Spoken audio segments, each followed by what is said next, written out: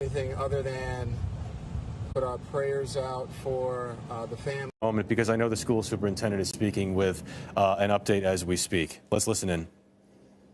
You know at this point? Well, first, I can't tell you that we can't do anything other than put our prayers out for the families, the students in the school, and this community. It's just a heartbreaking tragedy.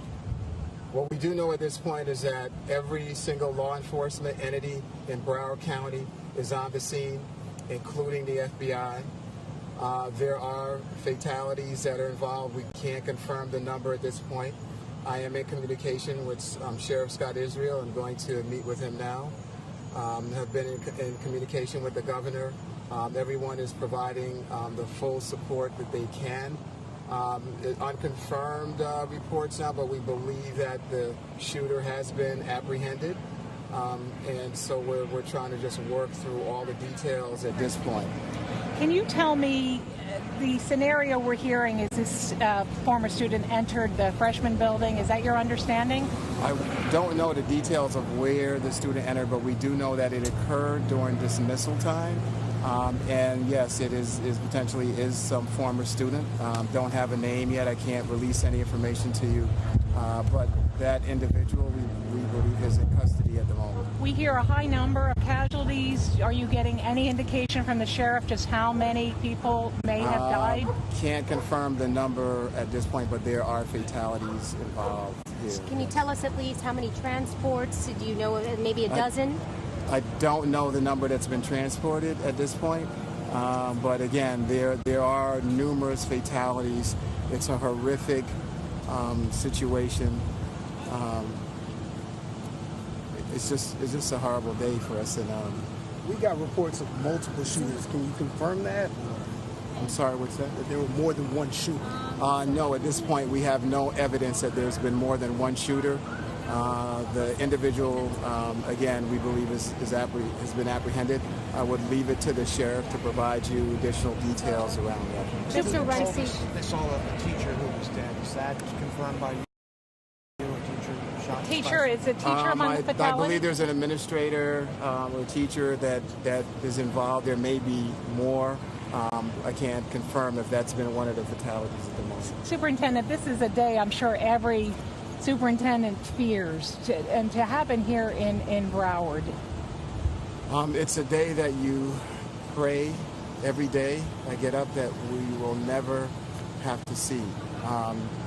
It is in front of us, and I ask the community for your prayers, your support for these children and their families. We're going to do whatever we can to come together as a community to pull through this, and we will. And, again, we're doing everything we possibly can. The students are being evacuated and released at the moment, so we're working through that process right now. Are you aware of any indication, any warning, any hint that the student could have been planning? We've received no warning, no indication, but again, there's going to be a thorough investigation. Typically, you see in these situations that there potentially could have been signs out there.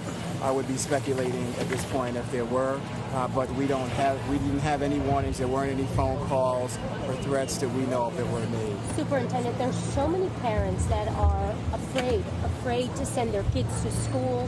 What would you tell them out there? What I would say is that we cannot live in a world that's built on fear. We have to do what we can to make sure that we provide the greatest safety measures we can for our kids. But what I'll tell you is that mental health issues in this country are growing, and they're a big challenge, and it's something that's going to need to certainly be addressed within our school systems as well as in the broader society to ensure that these kind of tragedies don't continue. We've got to be able to recognize individuals that are in distress, that have challenges, and be able to find ways to support them. But our schools, we do what we can to make sure they're as safe as they possibly can be for our children. And Again, this is a day that we prayed would never be here in Broward County, but we're dealing with it, and we're going to deal with it as a community. We'll pull through it, and my prayers and heartfelt sorrow goes out to the families and this entire community.